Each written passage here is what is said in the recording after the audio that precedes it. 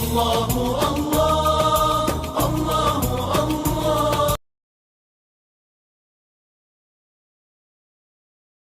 میں بہت سارے حصوں میں آیا ہوا ہے، کئی کم ذرا بیوقوف یہ سمجھیں گے ان پر اللہ کا عذاب آیا ہوا ہے، وہ زیادہ برے تھے ہم اچھے تھے، حالانکہ وہ ہو سکتا ہے ہم سے اچھے ہوں، یقیناً اچھے ہوں گے، وہ ہم ان سے زیادہ نکمے ہیں۔ ہم دوسرے کی مصیبت کو عذاب سمجھتے ہیں، اپنی مصیبت کو آزمائش سمجھتے ہیں۔ ایسا بھی تو ہو سکتا ہے کہ اللہ نے ان کو پانی کے ذریعے سے تھوڑی سی مشکل ان پر ڈال دی اور ان کی آخرت اچھی کر لے، اور ہمیں آخرت میں جوتے مارے۔ ہو سکتا ہے نہیں ہو سکتا؟ بالکل ہو سکتا۔ بھائی بات سمجھ میں آ گئی؟ اس لیے کسی کو پریشانی اور مصیبت میں مبتلا دیکھ کر یہ نہیں کہنا چاہیے کہ اس پر اللہ کا عذاب ہے، اور میرے اوپر جو آسانی ہے یہ سمجھے کہ میں اللہ کا بڑا مقرب بندہ ہوں، لہذا میرے اوپر یہ مشکل نہیں آئی۔ ایسا مت سوچے، اپنے بارے میں یہ عذاب سمجھے کہ میرے گناہوں کی نحوست سے میں مصیبت میں مبتلا ہوں، اور دوسرے کے بارے میں یہ سمجھے کہ اللہ ہو سکتا ہے اس کو آزمائش میں مبتلا کر کے اس کی آخرت اچھی کرنا چاہ رہا ہے۔ اس لیے بھائی اس بات کو سمجھیں کہ کون سی چیز مصیبت ہے اور کون سی عذاب ہے۔ علماء نے لکھا ہے کہ اگر پریشانی آنے کے باوجود بھی وہ بندہ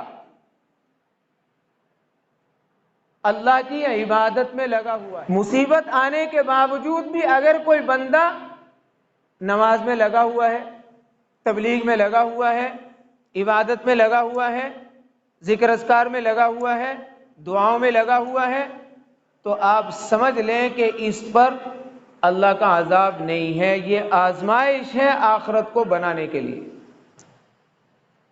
اور اگر کوئی مسلمان مصیبت میں الجھ کے نماز کو چھوڑ رہا ہے، اللہ کی نافرمانی کر رہا ہے، شکوے شکایت کر رہا ہے، اگر مصیبت آنے کے بعد انسان اللہ توبہ میں لگا ہوا ہے، یہ آزمائش ہے، گناہوں کی نحوست اور عذاب نہیں۔ اور اگر کوئی نماز بھی چھوڑ گیا، پہلے نماز پڑھتا تھا، بیماری میں نماز چھوڑ گیا، مصیبت آئی نماز چھوڑ گیا، غربت آئی اللہ توبہ چھوڑ گیا، تو یہ سمجھو یہ گناہوں کی نحوست اور عذاب ہے۔ بھائی بات سمجھ میں آ گئی؟ میں نے فرق بھی بتا دیا۔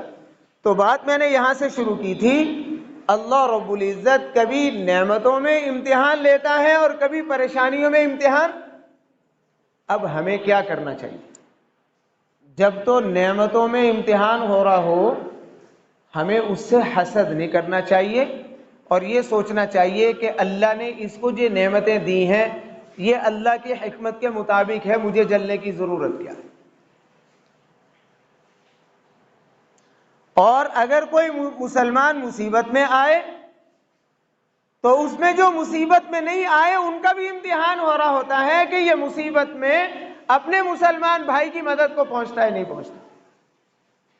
مثلا ہمارے بہت سارے علاقوں میں سیلاب ہے، مکانات گر گئے ہیں، وہاں بیماریاں بہت ساری پھیلیں گی، مکانات گر گئے ہیں، وہاں کھانے کے مسئلے ہیں، دوائیوں کے مسئلے ہیں، مکانات کے مسئلے ہیں۔ ہمارا امتحان ہو رہا ہے کہ وہ اپنے مسلمان بھائی کی مدد کو پہنچتے ہیں یا نہیں پہنچتے، یا اپنی موج مستی میں غفلت میں لگے ہوئے ہیں۔ اگر تو ہم اس کا احساس کر لیں گے تو ہم کامیاب،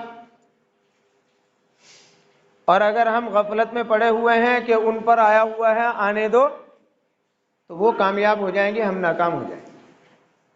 بھائی بات سمجھ میں آ گئی؟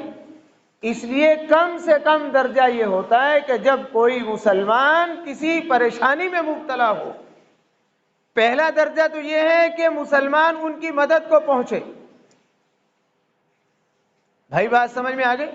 اب آپ دیکھ رہے ہیں خان صاحب کا جلسہ بھرا پڑا ہے، محترمہ کا مریم کا جلسہ بھرا پڑا ہے، لیکن کوئی بھی ادھر جانے کو تیار نہیں، کوئی لیڈرشپ، کوئی سیاست، کوئی قیادت وہاں جانے کو۔ وہاں کون پھر رہے ہیں؟ مدرسوں کے طالب علم، تبلیغ والے، مسجدوں والے، مدرسوں والے، وہ پھر رہے ہیں بیچارے۔ اگرچہ اللہ ان کو نواز رہے ہیں، لیکن یہاں حکومتیں اعلان کر رہی ہیں، وہاں کوئی بھی نہیں دکھائی دیتا۔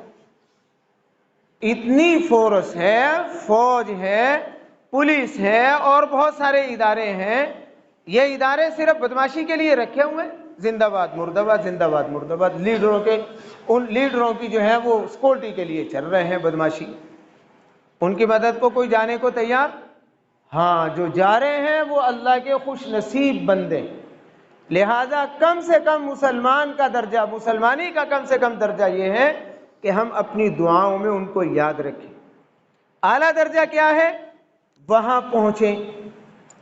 اگر وہاں نہیں پہنچ پا رہے ہیں تو جو کوشش یہاں ہو رہی ہے، مختلف طبقے کر رہے ہیں، سارے مسلکوں کے علماء الحمدللہ لگے ہوئے ہیں، تو جو کوششیں ہو رہی ہیں ان کوششوں کا حصہ بننا چاہیے اور اللہ کا شکر ادا کرنا چاہیے کہ اللہ نے اس پریشانی میں ہمیں مبتلا نہیں کیا، وگرنہ ہمارے گناہ ہو سکتا ان سے بھی زیادہ ہو۔ بھائی بات سمجھ میں آ رہی ہے؟ لہذا انسانیت اس ڈھانچے کا نام نہیں ہے، انسان اس ڈھانچے کے اندر جو دل ہے، اس دل کے اندر جو احساس ہے، اس احساس کا نام انسانیت ہے۔ بھائی بات سمجھ میں آ گئی ہے؟ اللہ ہم سب کو عمل کی توفیق نصیب فرمائے۔